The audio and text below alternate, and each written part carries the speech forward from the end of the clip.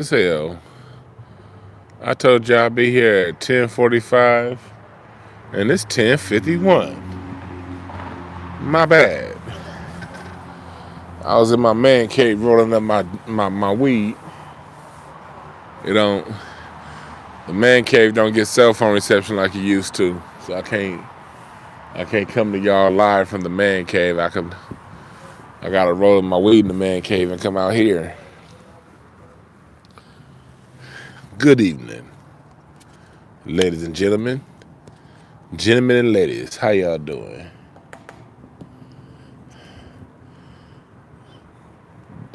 How y'all doing?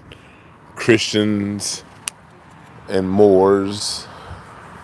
How y'all doing, Jews and Gentiles? Whatever the fuck you claim you is. Straight LGBTQ. What's up, everybody in here? What's up, Trey Day? Hey, Trey Day, was that you that was on the in the Twitter space earlier? Was that you? What's up, Aries? Hey, Ty Ward, you can get my soul pack is available right now on swagsample.com. I got those up on JMO's site, and then I decided yesterday to just because I was gonna launch my livedrumsamples.com.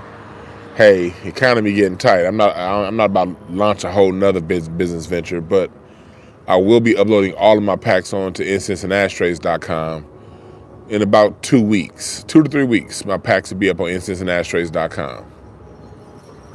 But in the meantime, you can get one of my packs on swagsample.com.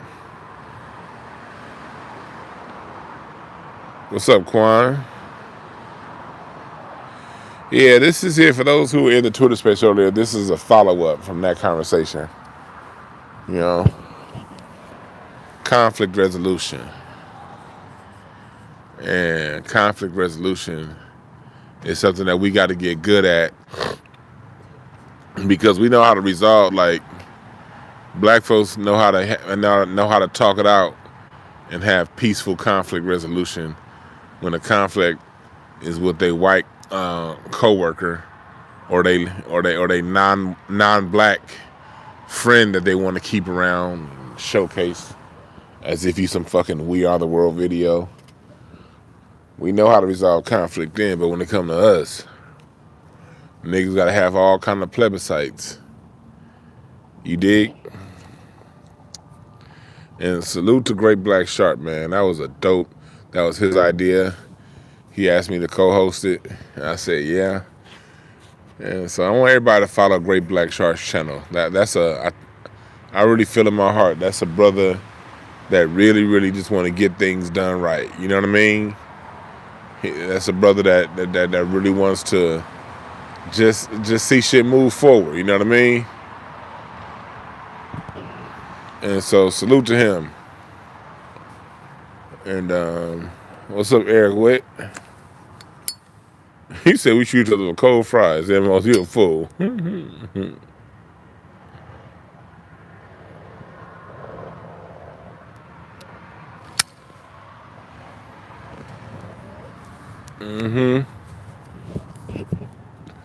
Thank you, Star for posting that. And also get your candles at lightthemood.com. Jayla the Self-Esteem Queen. Dope candles. Type in my product code WEEDSMOKE22 for 40% off of a great cause. I'm trying to learn because I don't like listening to myself talk. Every time I go back and listen to myself talk, I be thinking like, God damn, I sound like my brother. Muddling over certain letters and words and shit. I'm like, you know what? I have to get better at enunciating myself to make sure I'm clear. That'd be my biggest issue on whenever I decide to do stand-up. Usually if I hadn't been on stage in a long time, or if I'm out of sync, the reason why I don't, or anytime I really don't get laughs, is when I talk too goddamn fast and muddle over my words. I was listening to myself the other day on the live. I was like, God damn, I sound like my brother. Shouts out to my brother, my big brother. My brother and my sister. I appreciate that, Quan. But nah, it's just that you want things to be right. You know, if I'm speaking, I want people to hear me clearly, you know? I want to be like whatever I do, I just want to be good at it. You know? I just want to be good at it. And so but yeah, our brother Great Black Sharp had a dope conversation on conflict resolution.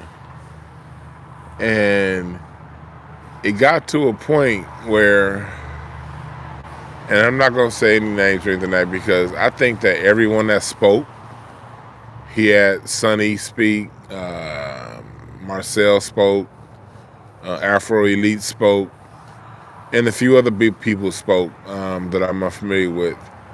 And it was dope hearing everyone speak, you know, but one thing that came up during the space was, you know, there's, you know, I guess issues within the black community and how to resolve those conflicts when one faction sees things one way and another faction sees things another way. Or if one brother sees things one way and another brother sees something else. And I've touched on it, but I want to go deeper here. Let me tell you, let's be clear, people. Whatever issues you have with someone else, whatever issues one group has with another group, the point of contact to resolve said issue is the person that felt aggrieved or the group that feels aggrieved.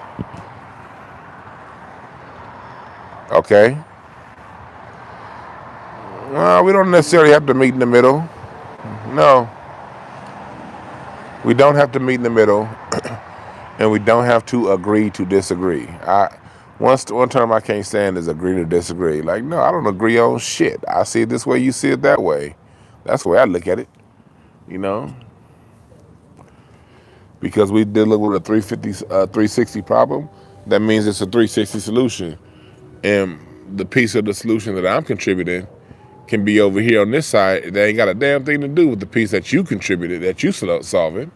Well, it does in the big picture, but in a vacuum, in the scenario involved, you know, because people say that, you know, they can't build other people, and that's fine. I think the beauty, when it comes to not being able to build with other people, the most beautiful part of that is knowing you can't build with other people. But guess what? There are millions of buildings that need to be built. So everybody can't build together anyway. Go downtown in your city right now, I guarantee you there are cranes everywhere. Every city, of everybody listening right now, you live in Crane City, and you've been living in Crane City the last 5 or 6 years. Question: are all those cranes working together? Are all of those builders working together? Quan in the chat room, she's an architect. Quan, do you build with everybody just because they build? Or do you build and help the people that you under contract with or you contracting with, and then some other architect is helping another group of people that build their building? One building is going to go to 40 stories. The next building is going to be 100 stories. The next building might be 2 stories. The next building might be the people who build single-family residences aren't building skyscrapers. You dig? So if your mission is to build a single-family residence, you're going to coalesce around people that build single-family residences. If your thing is building major big apartment complexes, you're going to coalesce around people who, the designers, the electricians, the plumbers, who specialize in major apartment complexes. Those people are going to be different than the people who build luxury homes in Beverly Hills. They're going to, going back to when I used to do mortgage, I look at it like this. When I used to do mortgage back in the day, when I used to work hard money lending. For those of you who don't know, hard money is just basically, there was loan sharking back in the day, but when I was in it, I was in hard money after the loan sharking laws were in place and you couldn't shark anymore. But still, hard money is when you basically assess a deal on the loan to value, not so much credit score. People are gonna have bad credit, but if the loan to value is right, you move on the deal, right? And so when I did hard money, we specialized in single family residences, small apartment buildings, usually 1 to 4 units. If somebody called me and said that I remember I did get a call one time. I got a call for a building here off Wilshire, and that was like a 30-story building on Wilshire that, had a really good loan value, but the price point was at a point to where the hard money lending company that I work with, we couldn't service that. We couldn't build with them. Why? Because what they were building, what they were putting together was out of our realm out of our scope. So part of conflict resolution is knowing when you can't build with somebody and being okay with it. Okay? We couldn't, just because I specialize in single family residences and apartments less than 6 units. I said 4 earlier, I meant 6. And apartments less than 6 units. I can't, and I have my loan, and then it was certain loan companies that you worked with. If you wanted to deal with anything with an apartment over 6 units, you had to go to either a whole different bank or a different division if you wanted to bring some other people in on the loan. Let me tell you something. That's just the rules. If we argued to these banks and said, or if we had customers calling us saying, why don't you guys lend for 30-unit high-rise, 30-story high-rises? You do 1 to 6 units and single-family residences. What's wrong with you guys? I can't build with you guys. And then you'd be like, all right, cool, but we still, matter of fact, even if we wanted to lend on a 30-story building, we don't even have the certification to do so. What happens? Do you think the mortgage company who argues with the lender that stays in their lane about their lane and they keep complaining about not being able to do anything with that company, do you think that company's going to stay in business for a long time? No. So a major part of conflict resolution is knowing when you can't fuck with somebody. And then once you realize you can't fuck with them, getting away from each other.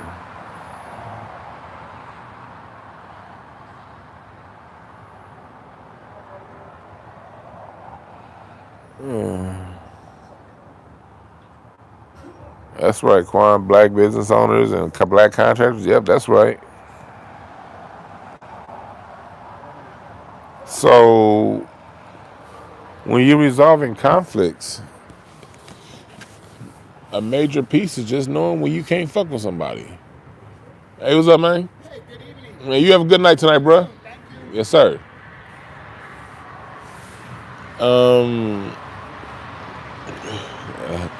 That's my neighbor. This motherfucker's holding on to them cornrows. He been having them cornrows in his head since OG Bobby Johnson, boy. He got them OG Bobby Johnson cornrows. This nigga got a cornrow helmet. He probably take that cornrow helmet off at night and got a bald head up under that motherfucker. I'm like, brother, your cornrows is always laid, man. And You in your 50s.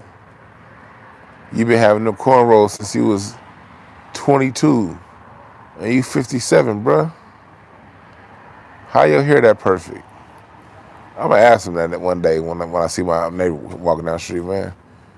How you still got them Bobby Johnson cornrows, nigga? You ain't even updated your cornrows to the 1996 D'Angelo's. You ain't even got the 96 D'Angelo's, nigga. You got the 89 OG Bobby Johnsons. This nigga look like his cornrows was braided together between another man's legs on a bunk bed with a room full of top ramen packets and hot sauce. But he a good dude. He a good dude. Back to what I was talking about. Building. Once you identify you can't build with somebody, be okay with that. Because it doesn't make them wrong, it don't make you right. It don't make you wrong, it don't make them right. It just is.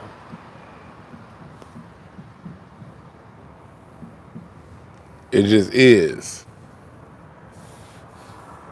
You know, most things just is. And you got to be okay with that. Another thing we got to be okay with is fights. And I'm going to get to start talking about what some of y'all want questions in a little bit. Another thing we got to get cool with. You driving, you making all that goddamn noise to go that goddamn slow. See, that's why I'm not even mad at them white folks in Manhattan Beach. If you ever come to LA and go to Bruce's Beach is in Manhattan Beach. The minute you cross Rosecrans to get into Manhattan Beach, they got signs saying if you have loud exhaust, it's a ticket. Now, mind you, they're waiting for... Niggas don't really have loud exhaust like that no more. That ain't really our thing. That's what the Mexicans do out here. So that law, you can tell, it'd be a lot of Mexicans partying in Manhattan Beach at the bar sometimes, and you can tell the white folks are tired of it. So they wrote a new law saying if you have loud exhaust, that's a ticket. I was like, man, these white folks is ridiculous. And then I hear some dumb motherfucker coming down the street like this nigga that just did in that 86 goddamn Escort GT putting Flowmaster mufflers on that motherfucker going 19 miles an hour, sounding like you going 78. Ain't made a green light in your life, but you making all that goddamn noise. I'm sorry, I keep going on tangents. My bad. What was I talking about? I'm on my porch, nigga, and I'm smoking weed. I got some wine right here. Quan, I'll be back to doing incense and ashtrays on Sunday. After my grandfather died, and some other shit been going on, I just ain't really had the spirit. I just had to take a little bit of break from doing the music. Because my music show is all about expression. So I had to get away for a little bit and just rest up.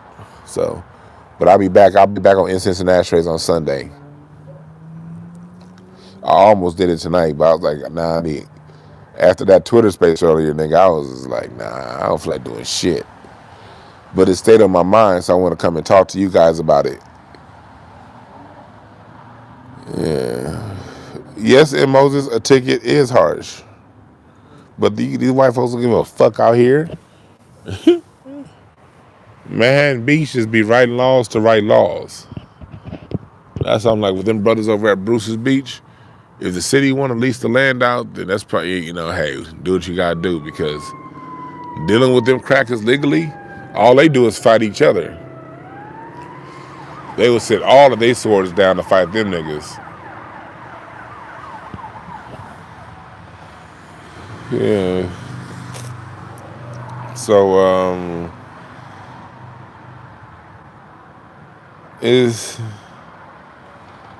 you're right, when you pay taxes, you look at things differently. Yeah. And so, but back to what I was talking about, conflict resolution. Conflict resolution is also something I can help you guys out with my cards.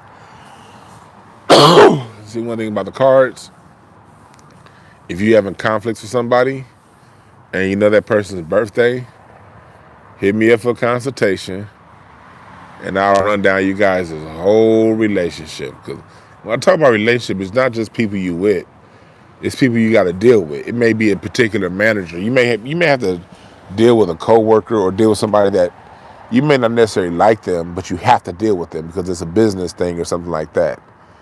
I can read you guys' relationship and see the point of view that each of you are coming from.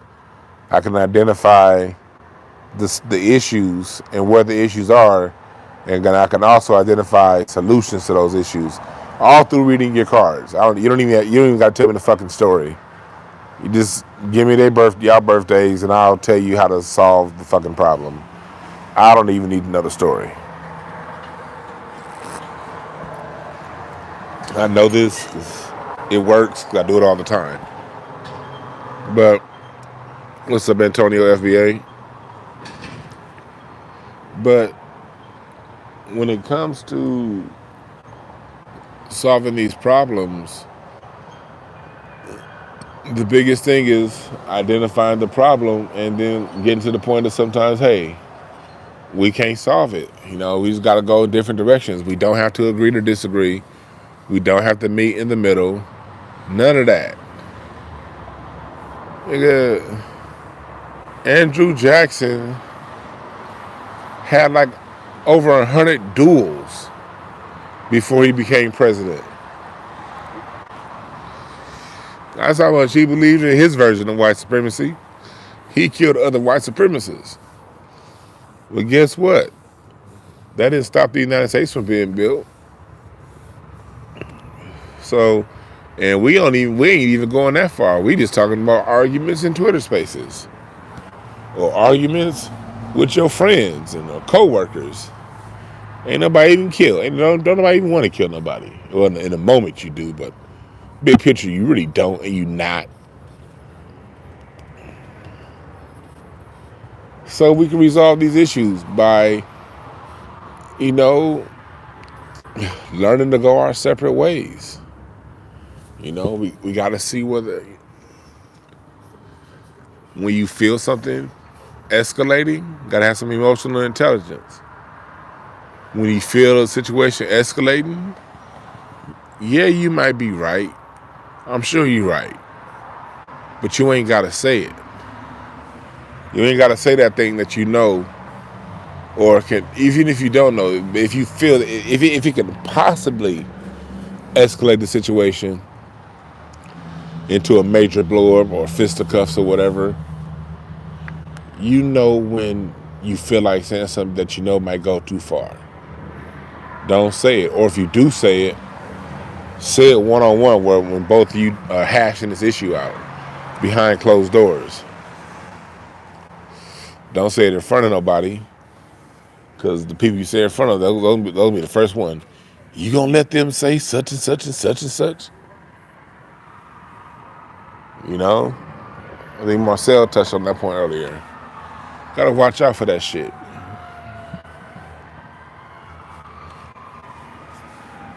There's people around you that are only around because they want to be entertained, and they bored with what they got going on, and you entertain them in some sort of way.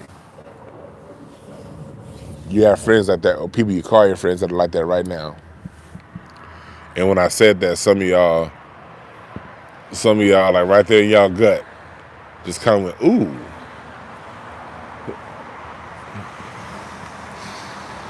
But that's the world we live in. That's the world we live in. All right, man. Yeah, so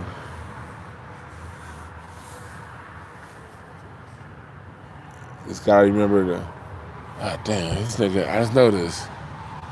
That was Captain Cornrow walking by again. I call him Captain Cornrow. This nigga has on a members only jacket too, y'all. Yo, I really gotta ask him one of these days. Like, where in the 1987 did you get that members only jacket?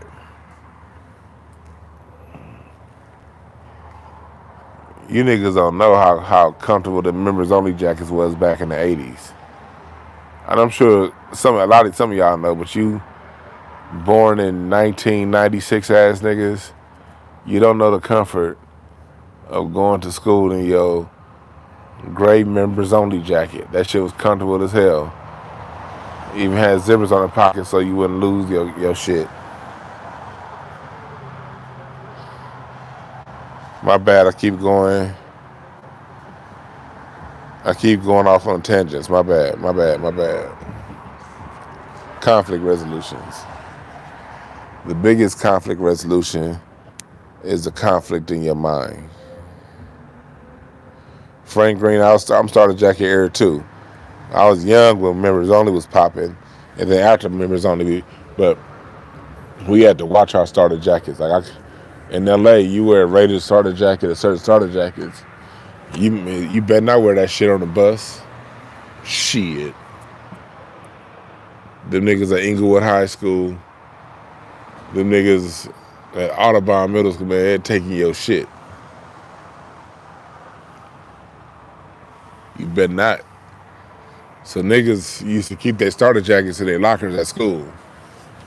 The niggas that caught the public bus, like you came with your mommy, that's one thing. But the niggas that caught the school bus, them niggas out here in LA, that's where the white tee thing comes from.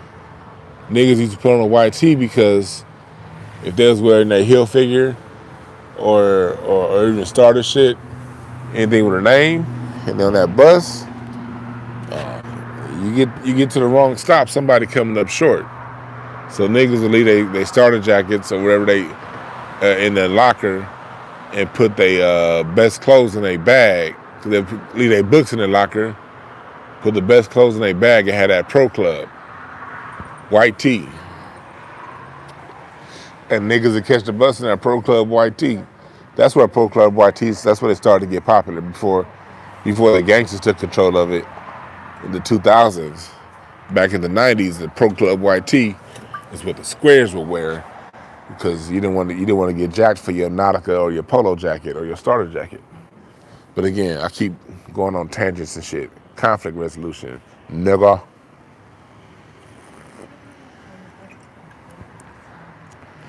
Sometimes conflict resolution involves taking that fade too, all right?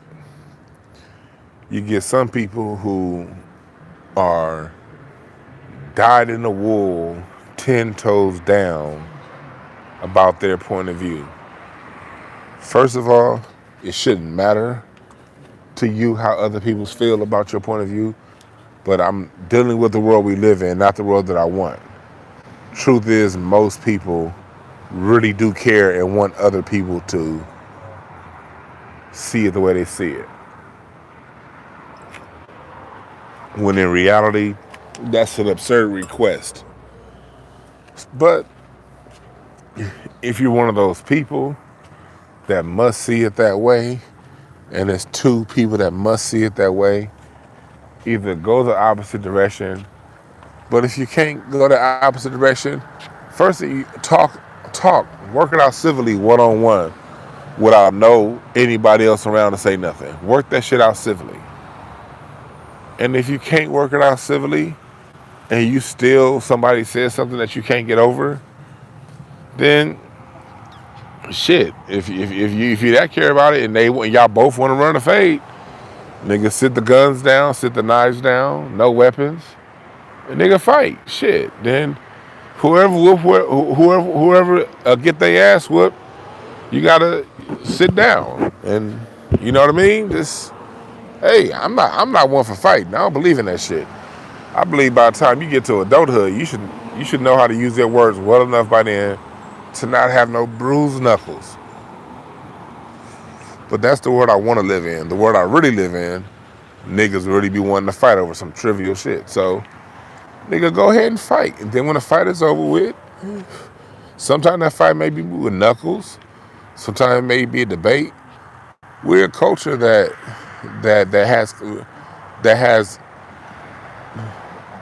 how can I say that? I don't want to say harmless competition, but non-life endangering competition. Before they brought the guns into LA, niggas used to really battle like dance. It was battle dance crews walking around. For those, if you want to know detail, I did an interview of Freeze Love on this channel about 2 years ago. And I'm gonna get Freeze back on this channel. But I did an interview of Freeze Love on 5150 about, I think it was like December 2020. And we talked about how like back in LA, before the guns hit, niggas used to really like dance battle out conflicts. We battle rap about it.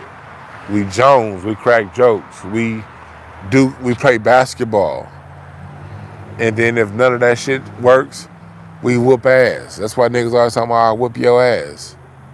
You can't, I guarantee you black people, if you had I don't care if you with your grandmama, your family, if you telling general stories, talking about anything, at some point, one of them niggas in a conversation is gonna talk about whooping somebody's ass.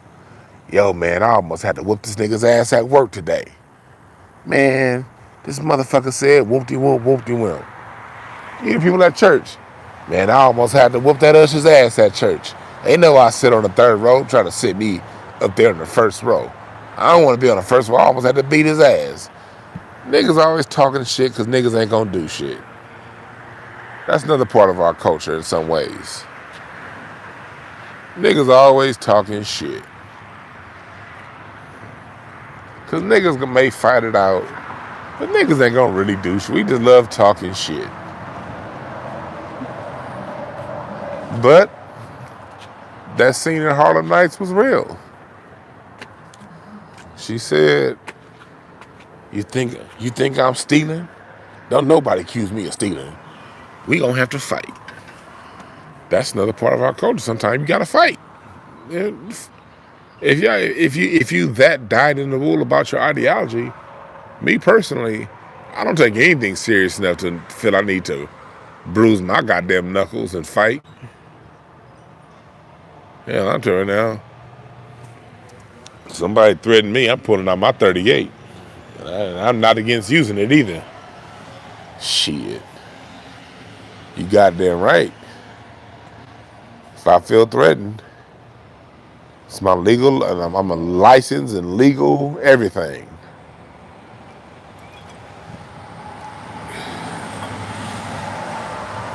But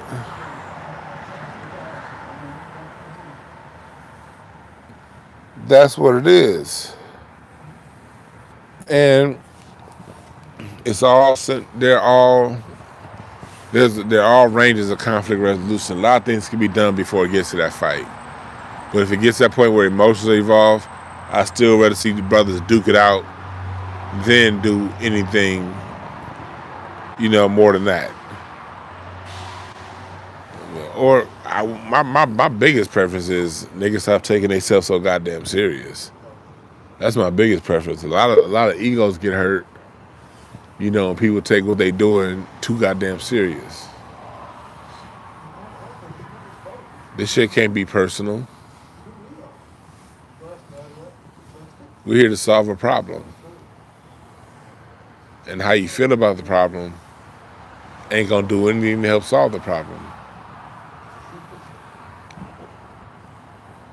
Gotta stay focused on shit like that, That's what's real. The goal. So conflict resolution is remembering the goal, why are you here? And if there's any conflicts that you have that don't have anything to do with that common goal, then resolve your conflict and keep pushing towards that goal.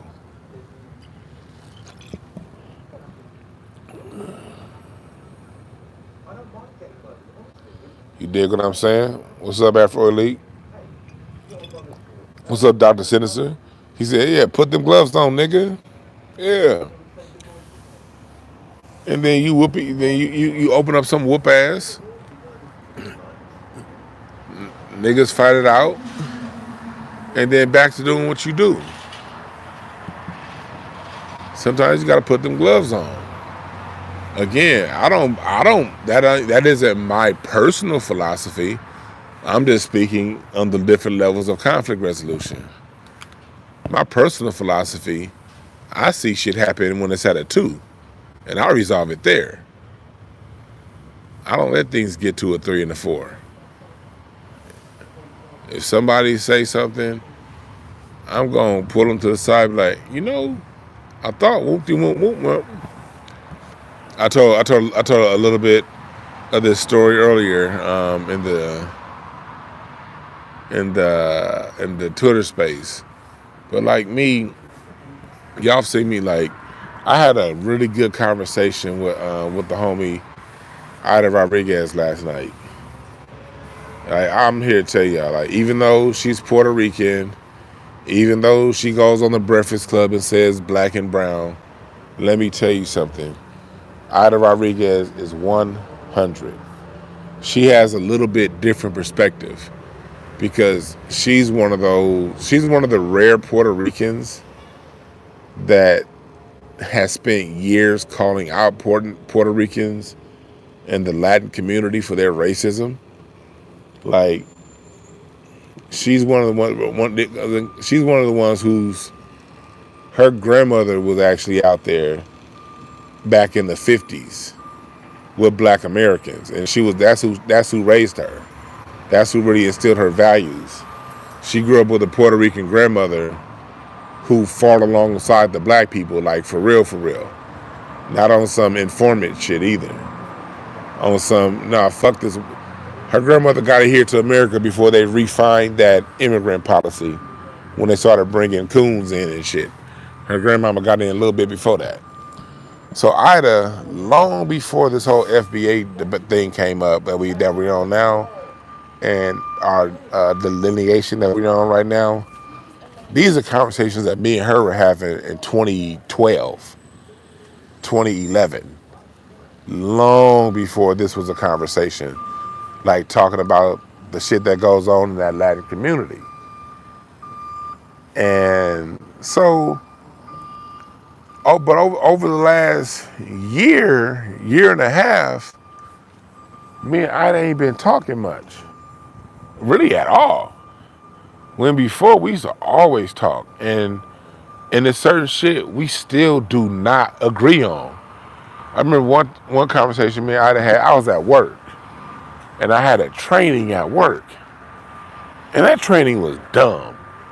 So I had said some shit on Twitter, and Ida texted me like, I was talking. This is like when things were really coming out, when we were really getting on talking about being a foundational Black American. This was a little, sometime like around that time, maybe a little before then. And so we were, I said something on Twitter, like, we got to get this shit, like, this whole thing is going on.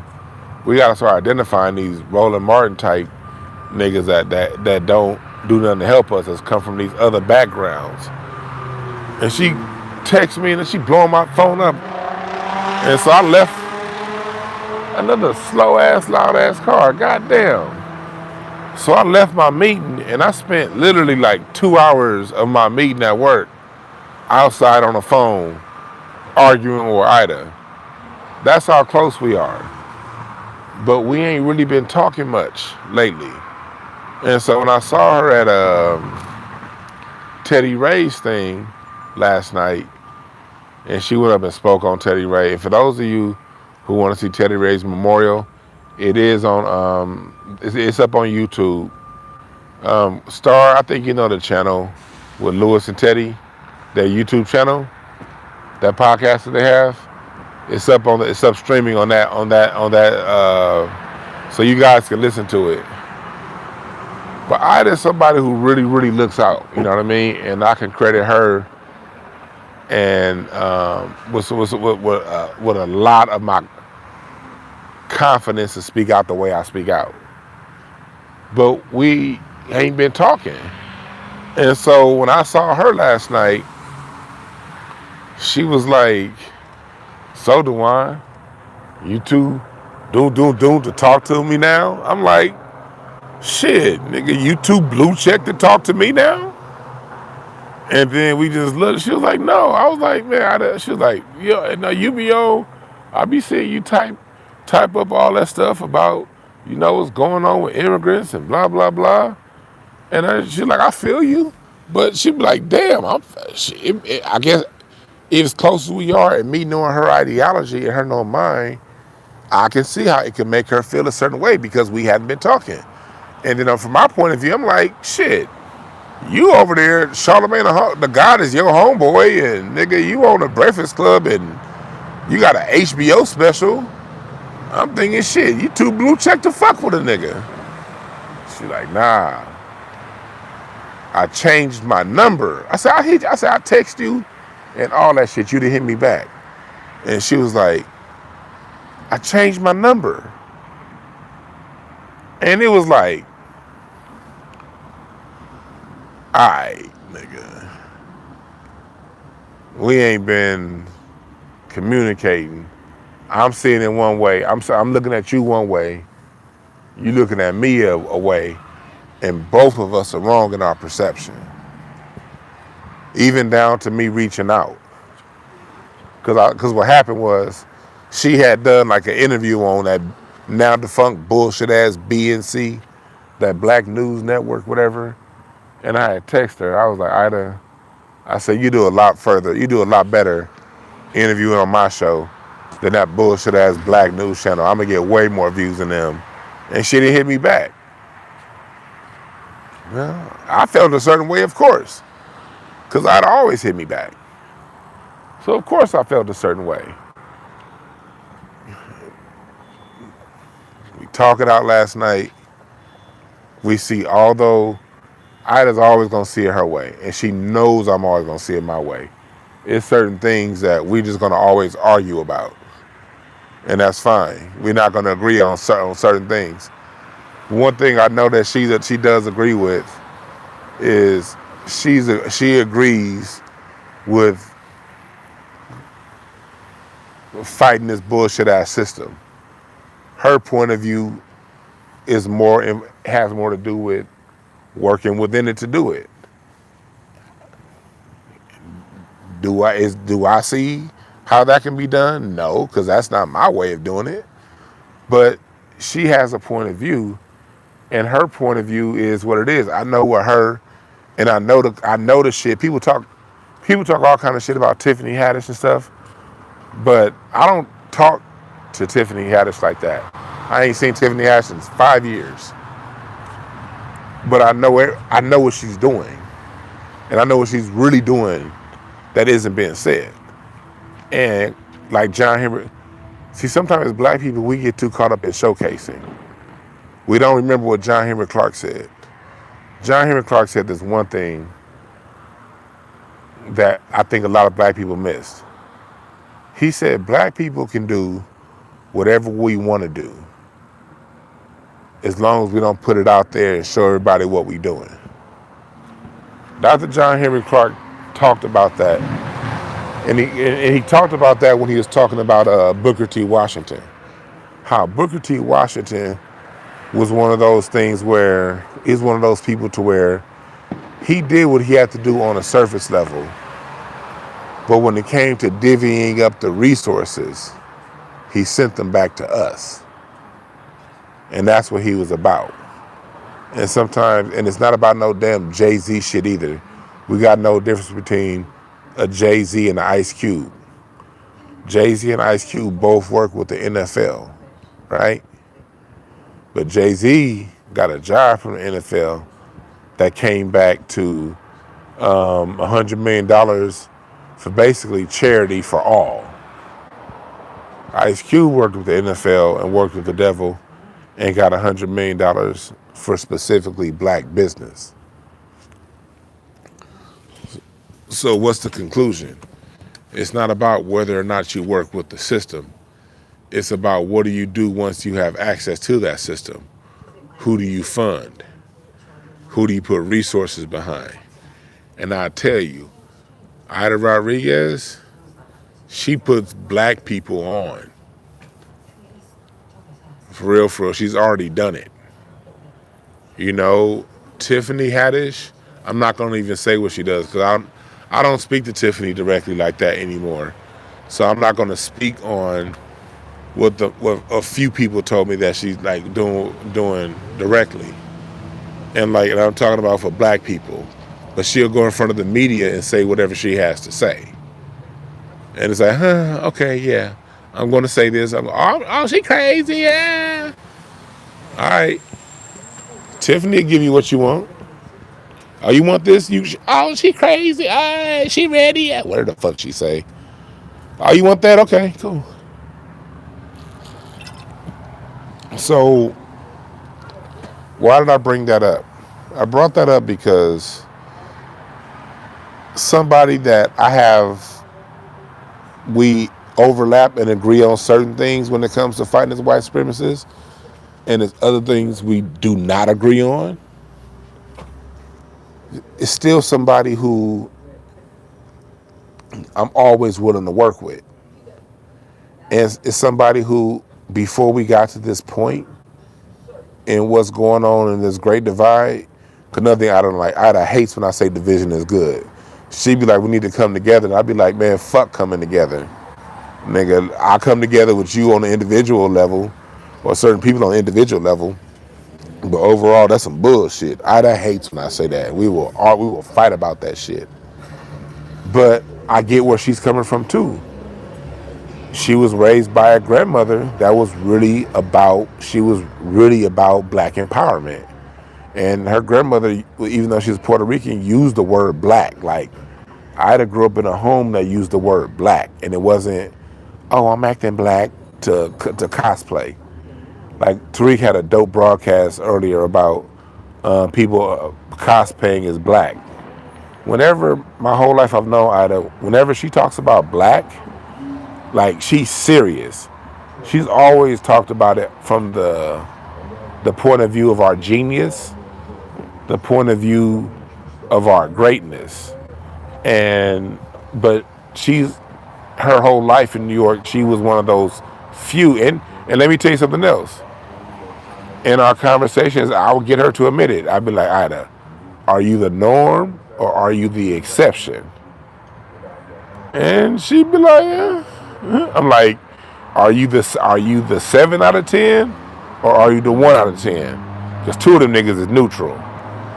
But 7 is on the, I say, are you 7 out of 10, the 2 out of 10, or the 1 out of 10? You the 1 out of 10. Shit, maybe 1 out of 50. I don't know.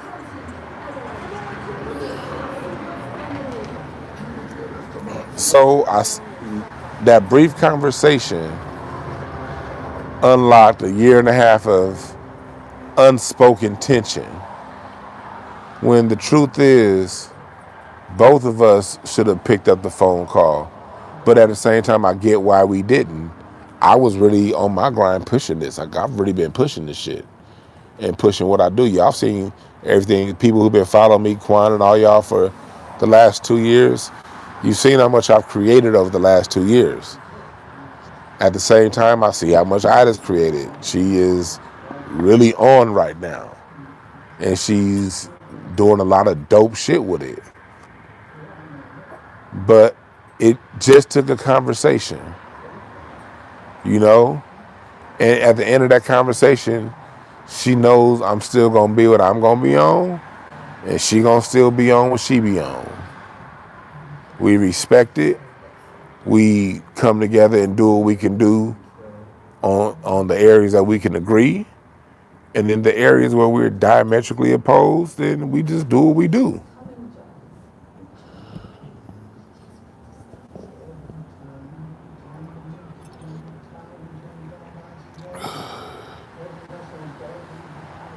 Yeah, so, oh yeah, she was on 50.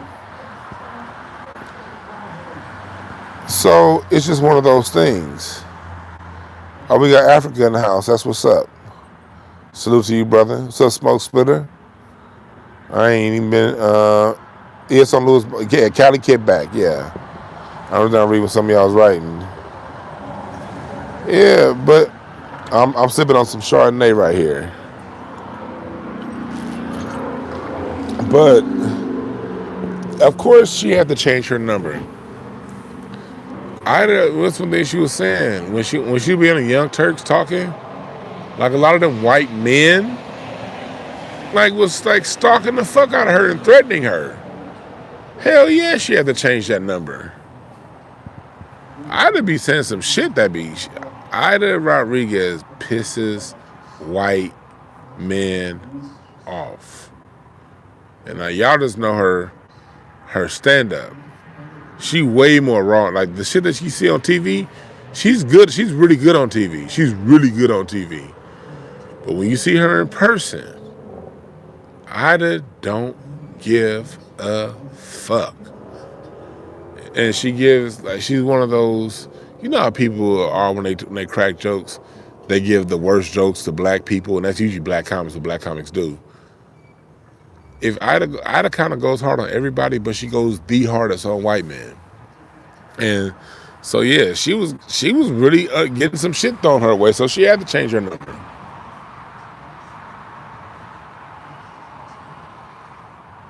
You know, when I see what she did for my man Teddy Ray, rest in peace, Teddy, man. That was a dope.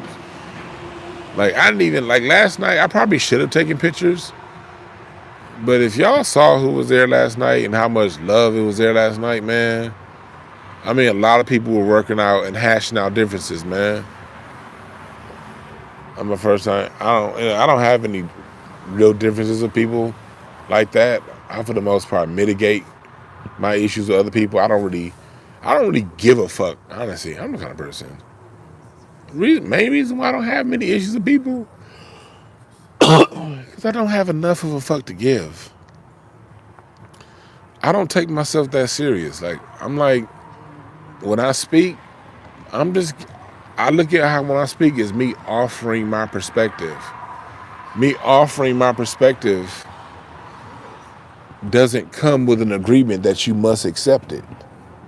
It's just an offer. That's how I look at how I speak. And if you reject what I have to say and you reject me, I'm totally fine with that. If you don't like an idea of mine, yo, Chuck, I don't give a fuck. So, I don't know. So for me, I don't really have enough of a fuck to give to really get in conflicts with people like that. I only get in, you gotta cross my line. You gotta cross my path. I'm not gonna really cross yours. You gotta, step across my line for me to have any kind of issue with you. But most people, I don't let them get close enough to me to even cross my line. Not mentally. Oh, you saw it, Ebony, the tribute? I didn't get to get in. I might need to go back and look at it because Ace of Clubs. Okay. Ace of Clubs. Watch what them niggas say. Watch. Ace of Clubs can. I'm not saying you are, but some of the best bullshitters on earth are Ace of Clubs.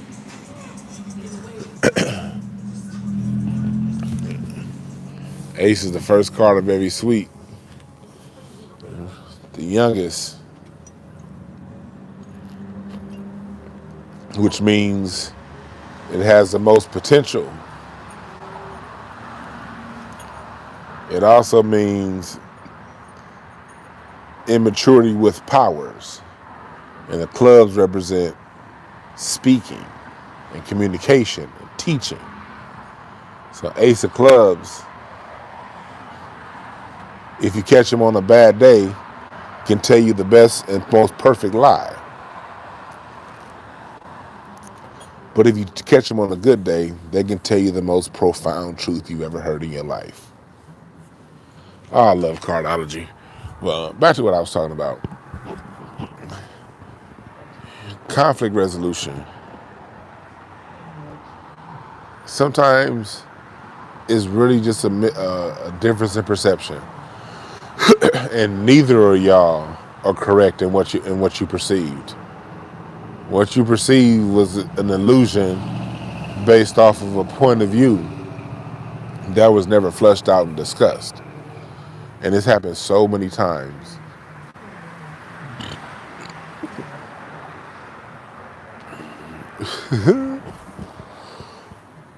Yeah, we do got all got a little ace of clubs in us. Let me tell you something, Ebony.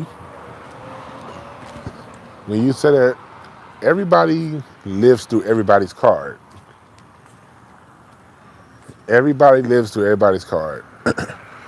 When I do a reading every year, you get a new set of cards. You got your 13 cards that you're born with. But every year of your life there's a new 13 card spread. And every 7 year there's a spread for the next 13 years of your life and another spread for the next 7 years of your life. All have a fixed spread for that length of time. And then every year within those 7 year and 13 year spreads, you get a new set of cards. And then every month of the year, you get another set of cards. Every week of the year, there's a card for that week. And every day has a card. And every time you get a card, every card comes with a 13 card spread. So I said that to say all of us live through all of the cycles of life. That's why some days you feel like this, some days you feel like that. You could be the most energetic person on earth. You can be the most, sound of mind, body, and spirit. But some days, if you have an if the day is an ace of spades day, you're gonna feel like the day's gonna look a certain way, but it might turn out a different day on the ace of spades day. And then you'll have another day to where you're just super and like you just feel like you just got downloaded with the greatest information on earth. It might be because it's a King of Spades day. King of Clubs day. We had a King of Clubs day this past Saturday, so that probably meant a lot of you had some spiritual downloads or new perceptions and stuff. So even though you're your 13 card spread, you live a day in every card, a different day in every card. So some days, if it's an ace of spades day, you might tell a perfect lie that day. And you also might tell the most profound of truths. And then the next day is the two of spades day. And on the two of spades, you're going to feel united. You're going to feel like unity. And then on that three of spades day, oh shit, you might feel like fighting somebody on the three of spades day. So, yeah. Cardology, yeah, numerology and cardology do go hand in hand. And astrology too. All of the vibrations of the numbers in numerology 1 through 9 apply to the cards. 1 through 9. And even to a larger extent, all 52 cards. 13th card in the deck is the King of Hearts. 26th card in the deck is the King of Clubs. Yeah. But anyway, back to conflict resolution. When I'm resolving conflict, we gotta also remember that some people just have different personalities. And a lot of personalities just won't match. We gotta be okay with that.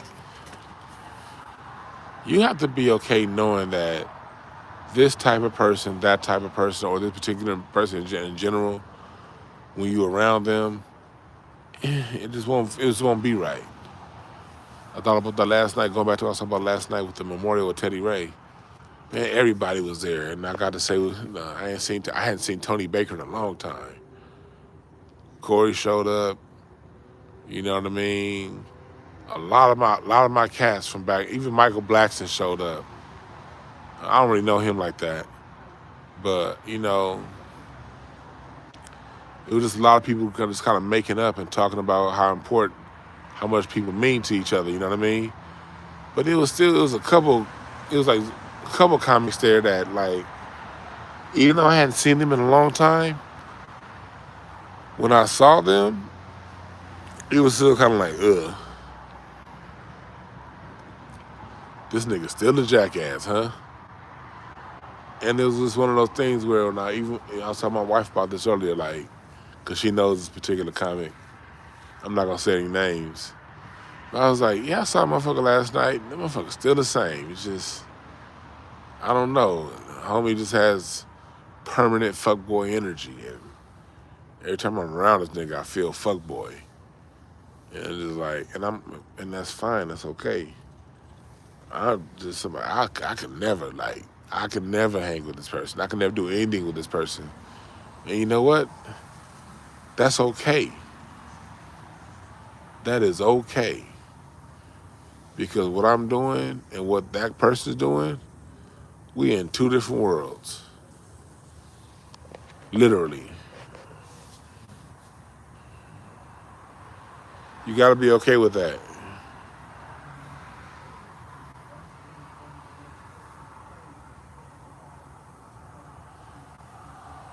Yeah, Aries, there's a card of each. You have your daily cards. You have your card of the day, card of the week, card of the month, card of the year.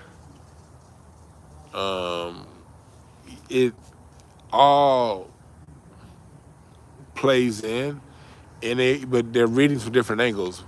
One thing about cardology, you know, all that stuff exists, but I simplify it. I really don't get into the card of the, like, I will do the card of the day, but like, as far as like my personal daily card, I don't really, get into some of those minute details because you'll get too confused. I like to stick to my daily card, like my card, my 7-week spread, and then my weekly spread, and my yearly spread. But me, I'm more so looking at that real close because I'm just in hyper study card mode right now. If you're not into cardology, I wouldn't recommend you do any of that shit. You just hit me up, get a reading, and you dig?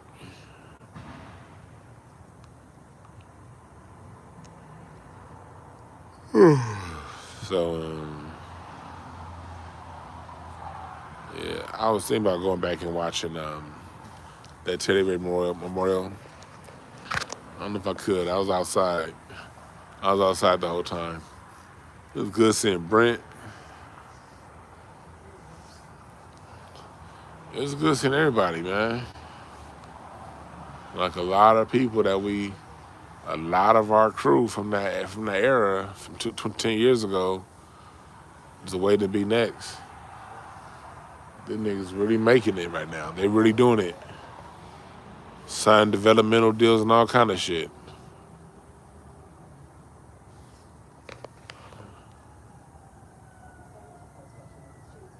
Yeah.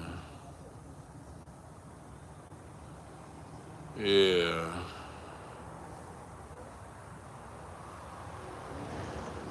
Cards is real. Well, yeah, going back to conflict resolution, just resolve your conflict by resolving your conflict within. Get clear on you, and if somebody aggrieves you, then handle it. Handle it right then. But really, as you handle it, learn how not to take stuff so personal. Life isn't personal.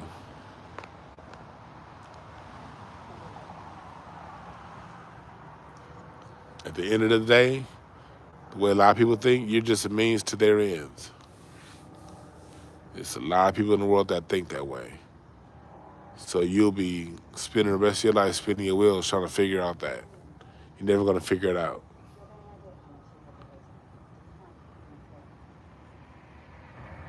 Never going to figure it out.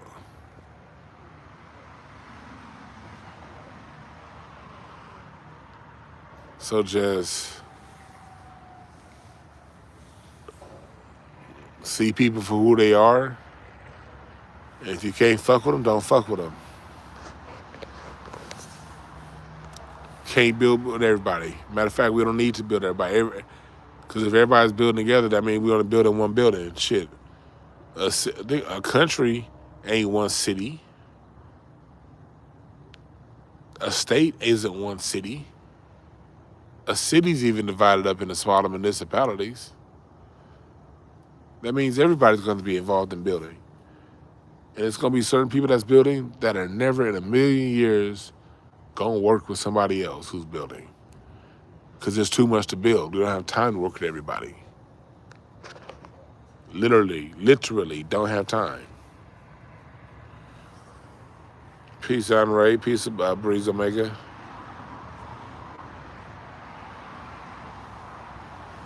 Oh, shit, I'm getting tired, y'all. Oh, what's up, man? I'm good, man. You have a good one. Yes, sir. Look, let me see Jupiter and Saturn in the sky right now. Yeah, I'm about to get up out of here, y'all. I think I'm going to do a Twitter space with Dr. Randy Short on Sunday. Instead of coming on YouTube, I'm like, Dr. Short, we got to get your Twitter following because they kicked him off Twitter, so he had to come up under a new name. So then we're going to do a Twitter space with Dr. Short on Sunday. And then when it's done, I'll upload that Twitter space to YouTube. Yeah. But yeah. InstanceNashRace.com, Hotepish.com, BreakthroughAS.org. Hit them up and buy something.